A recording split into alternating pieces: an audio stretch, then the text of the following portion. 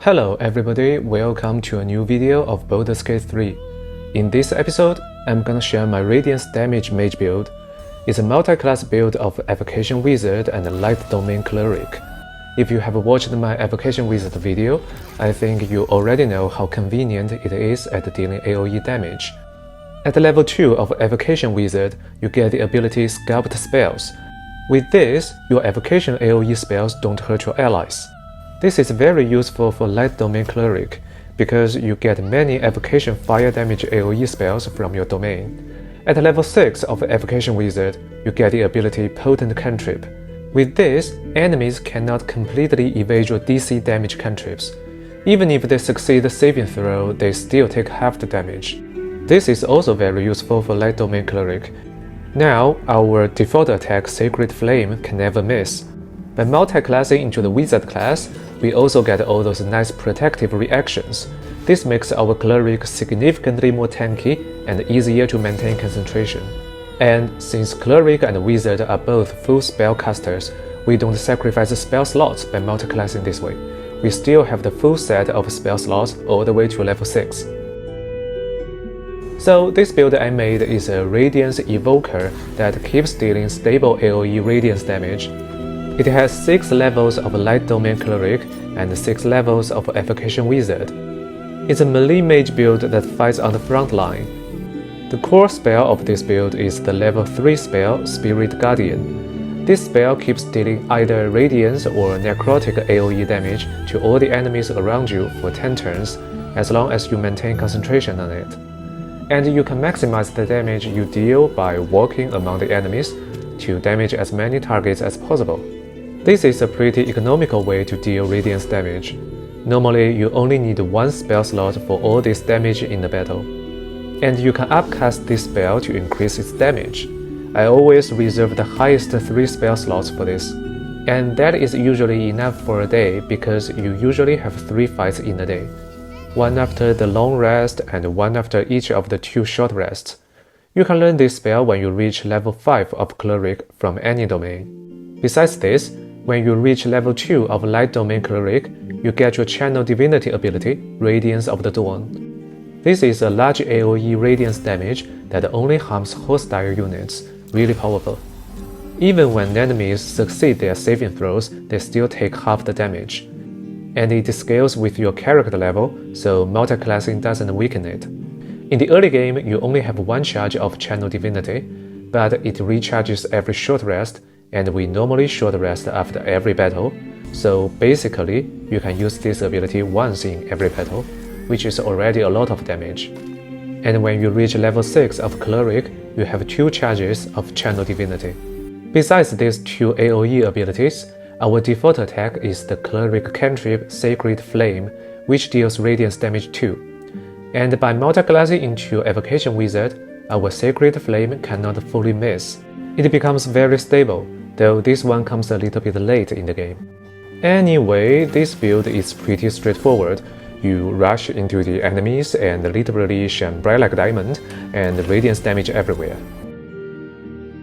Okay, now let's talk about the leveling strategy, when to level into each class, and what you can do in different stages of the game.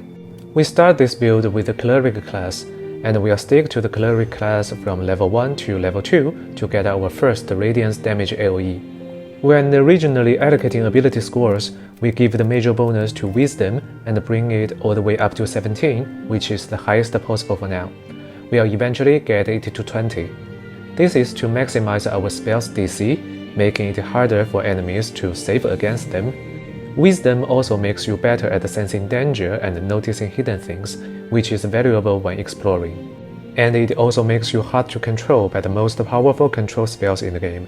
Then we give the minor bonus to Constitution and bring it up to 15. We'll bring it to 16 later. This is to increase our hit points and thus our survivability on the front line. It also increases our chance to maintain concentration when taking damage. Then we forego 2 strength and 2 charisma to bring dexterity to 14. It increases your AC, making you less likely to be hit. It also increases your initiative roll, making you more likely to act before your enemies. This build wears medium armor. It limits how much AC bonus you can get from dexterity, and 14 is the cap, so it's not cost-effective to raise it above 14. Then we raise intelligence to 12. This allows us to prepare one more spell from the wizard class. By choosing the light domain, we get the cantrip Light. This cantrip can make an object shine and illuminate the surroundings. For this build, I recommend you cast it on your own weapon because you always run to the front line to engage the enemies. This way, you can always illuminate the enemies and make it easier for your teammates to land their attacks. This effect lasts a whole day, so you only need to cast it when the day starts. You also get the spell Burning Hands. It's a melee spell that deals nice AoE fire damage for a level 1 spell. Even if enemies succeed their saving throws against it, they still take half the damage. This is a major way for us to deal damage in the early game. The light domain also gives us a reaction called Warding Flare. It imposes disadvantage on an attacker's attack rolls, possibly causing them to miss the attack. Remember to untoggle your opportunity attack in case you waste your reactions on that and can't cast your protection reactions. For the cleric cantrips, first we choose Sacred Flame, our default attack. Then Guidance. I think it's a must-have for any cleric build. It gives the target a 1d4 bonus to all ability checks, making your exploring and conversations much easier. Then Produce Flame. This can be used to burn things when exploring. For the starting cleric spells, well, we can prepare a lot of spells, but I recommend not to prepare any of them. It's because you either cannot afford the spell slot or cannot afford concentration. So save your spell slots for Burning Hands and later for Shield, and save your concentration for Guidance. Level 1 is also when clerics choose their deities. If you are playing Shadowheart, her deity is fixed, you cannot choose one for her. But if you are playing another character, you choose your deity at level 1. You get exclusive interactions in the story for the deity you chose. Maybe there is more to that, but I'm not sure yet. I think the most appropriate deity for this build is Lathander, the Morning Lord, a neutral good deity. He's pretty much the sun god of Faerun, the most straightforward source of radiance damage. Well, Baldur's Gate 3 doesn't limit your choice of deity. You can choose any deity regardless of your domain. But in classic D&D 5e rules, a cleric can only choose a domain that their deity has. The light domain deities available in this game besides Lathander are Corellon Larathian, the elf god of art and magic. He is the creator of the elves. His alignment is chaotic good. Eolistre, the Dark Maiden. She is the goddess of beauty and freedom, worshipped by good aligned drows. Her alignment is chaotic good too. Helm, the Watcher. He is the god of protection and guardians. His alignment is lawful neutral. By the way, Selûne, the moon goddess who is everywhere in Baldur's Gate 3, doesn't have light domain. Her domains are life, knowledge, and twilight. So, strictly speaking, you cannot play a light domain Selûne cleric. At level 2, we get our Channel Divinity ability.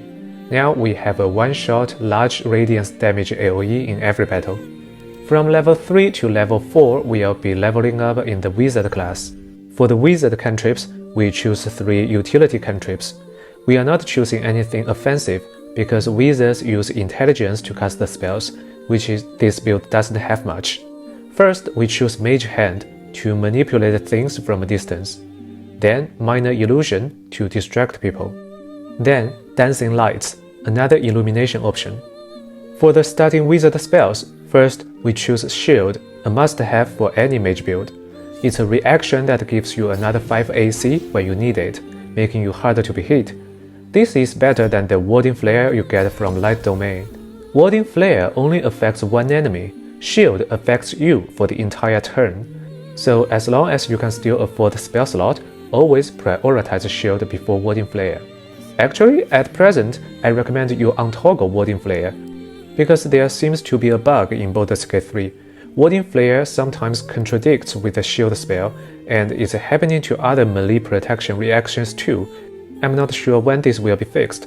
Then we choose Long Strider, which I think is a must-have for any party. It increases the target's moving distance for the whole day without concentration, as long as the spell is still prepared.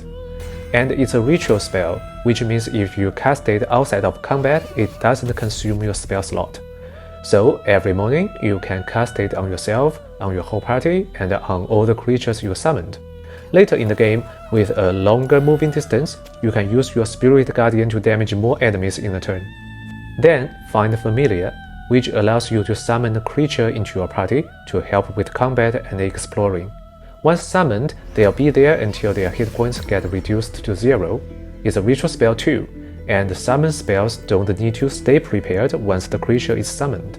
For the other 3 vacancies, we choose 3 utility spells: Enhance Leap, Feather Fall, and Disguise Self. All of them are ritual spells. Enhance Leap and Feather Fall combined give your party more freedom when exploring the map. Disguise Self allows you to assume a false identity. This is useful in places where a certain race has benefits. Okay, now you've learned 6 spells, but at this point you can only prepare 2 spells. So what I do with this is, I don't prepare pure utility spells like Enhance Leap. And when I need to use spells like this, I take off some spells that are only used in combat, then prepare these ones, then do the jobs, then prepare those combat spells back. This is what's good about multi-classing into Wizard.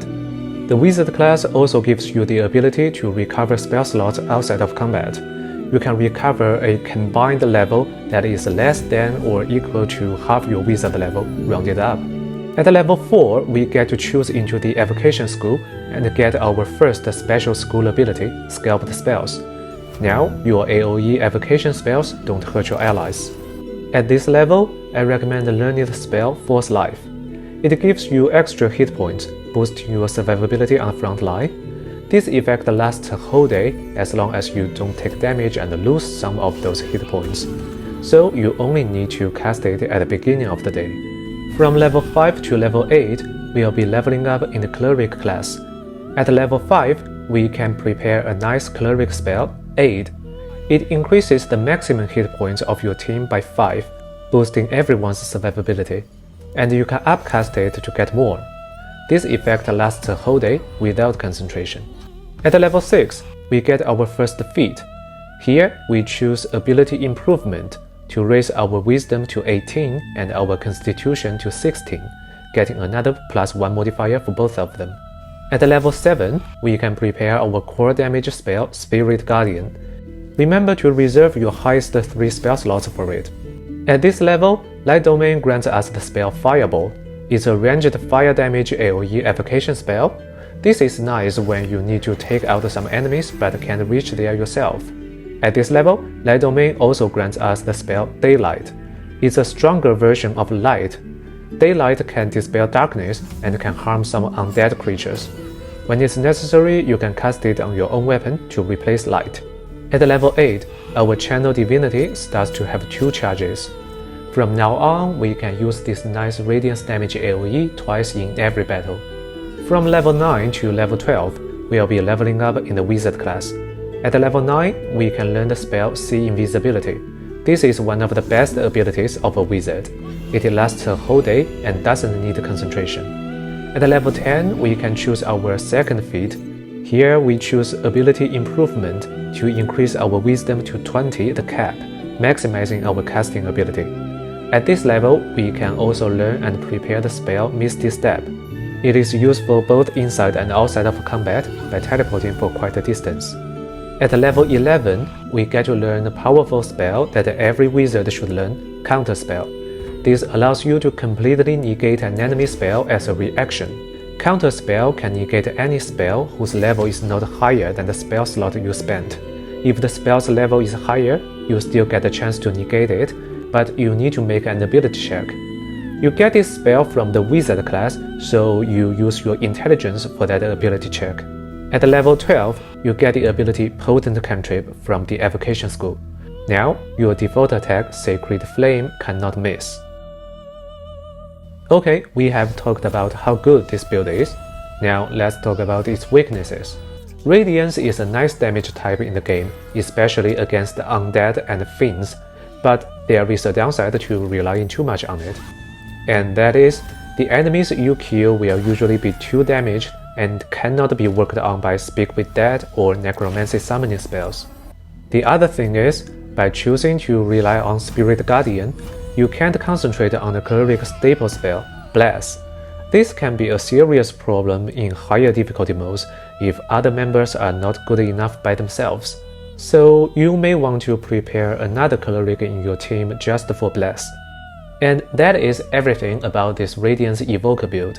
Hope you like it, and if you like this video, please click the like button and subscribe to my channel. Thank you for watching. I'll see you in the next video. Bye bye.